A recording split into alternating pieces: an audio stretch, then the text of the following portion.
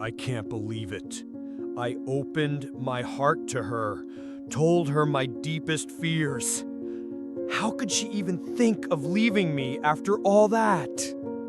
Because you didn't make a donation. You made an investment, and apparently your asset has depreciated. Investment? What a disgusting way to put things. I wasn't doing business. I was being vulnerable. I trusted her with my soul. Soul. Such a grand word for what you people actually do. You don't share your soul. You use it as collateral, a pledge.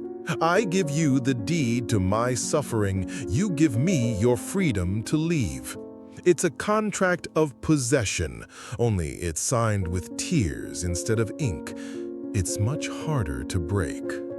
This is sick. I was creating intimacy, building a bridge. Intimacy is built with time, with consistent actions, with trust that is earned, not demanded. What you did is a shortcut, an existential hack. Instead of building a cathedral of trust brick by brick, you dug a hole, called it my deep pain, and demanded the other person jump inside with you as proof of love. And now you're shocked she wants to use a ladder to get out. I didn't demand anything. I just showed who I really was. You were building a cage and calling it a bridge. You didn't show her your wounds so they could be healed.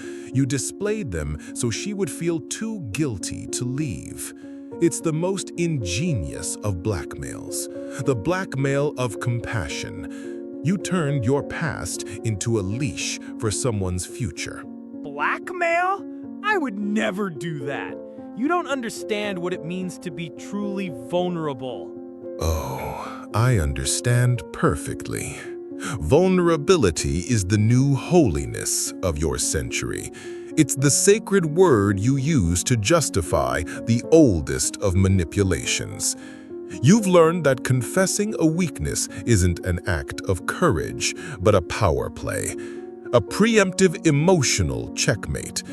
By saying, "I am broken, take care of me," you are actually saying, "If you leave me, you are the monster who abandons the wounded." You didn't give her a glimpse of your heart. You gave her the burden of your recovery. You didn't ask for a partner to walk beside you. You recruited a jailer for your own emotional prison. And now you're offended because the jailer wants to end her shift. I particularly enjoy this scene. That explains why you were kicked out of paradise. So, tell me, when you opened your heart, were you inviting someone in or making sure they could never get out? A hostage? Are you crazy? It's not about that. It's a filter. If a person can't handle all of me with my scars, then she simply doesn't deserve me. It's a test of character, of strength. A test. I love your cheap euphemisms. You say test of character, but what you mean is test of submission. You are testing her strength. You are testing her ability to annihilate herself, to place your pains, your rules, and your past at the center of the universe permanently. It's about being honest from the beginning, about having no secrets. No, it's about starting a relationship with an unpayable debt. You didn't build a foundation of trust. You built the relationship on an emotional minefield, which, by the way, generates scenes with huge ratings in hell. My subjects adore it. Ha! But continuing. Every step your partner takes must be carefully calculated. Will this remind him of that trauma? If I disagree, will he think I'm invalidating his suffering? You've murdered spontaneity. You killed the present to force the other to live eternally in your past. Do you think that's an environment for love to flourish? No, it's an environment for guilt and resentment to take root.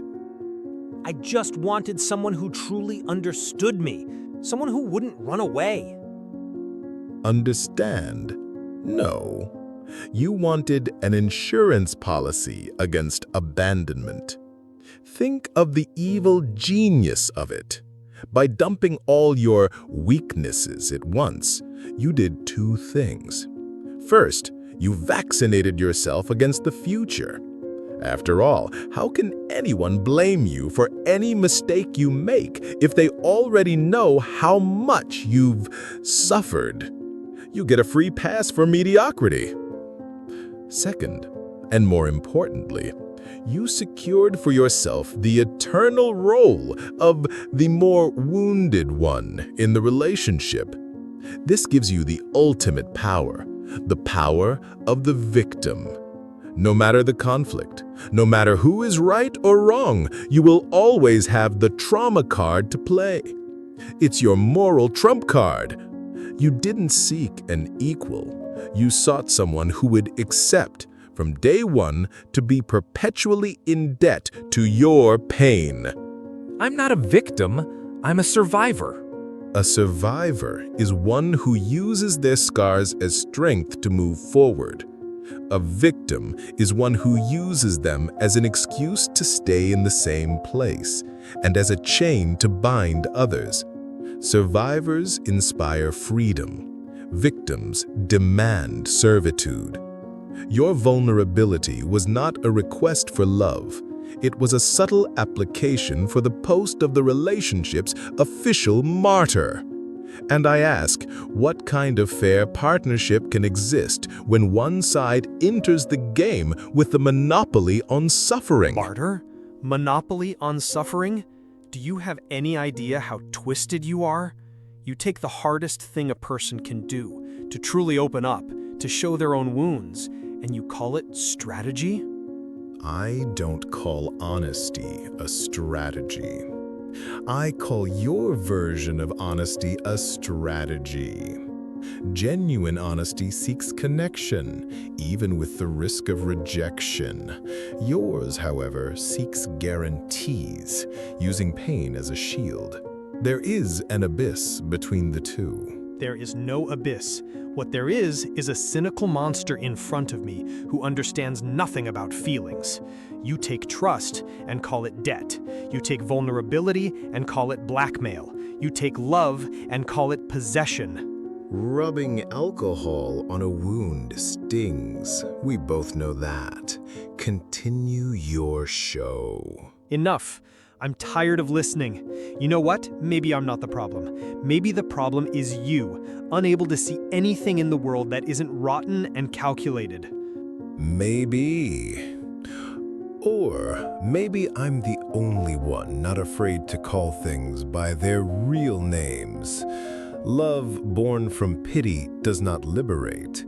It chains both parties, one by the burden of guilt and the other by the delicious comfort of never having to be truly strong. It's an addiction, I admit, the addiction to being the one who needs care.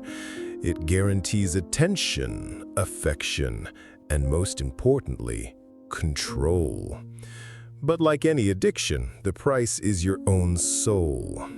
It's a perfect prison with bars made of compassion. Get out of here. This conversation is over.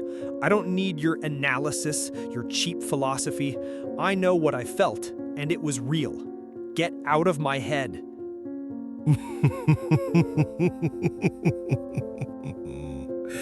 As you wish. It is always easier to break the mirror than to admit you don't like what you see in it. The door to your emotional prison is always open, my dear fellow. The curious thing is that you're the one who insists on locking it from the inside. Lovely. Fury is always the last refuge for those confronted with a mirror they did not want to see. He has expelled me from his mind, but the question I asked will remain there, corroding in silence. And for you who watched everything from the front row, I leave a small souvenir to take home. I am a tear that's offered like a rare jewel, but my price is freedom, a debt that's never declared. I look like a cry for help, an act of pure emotion, but I am the most subtle and powerful weapon of possession. What am I? Looking forward to reading that bunch of wrong answers. A hint. I am the only debt that the more you pay, the more you owe. And look forward to reading all those wrong answers in the comments.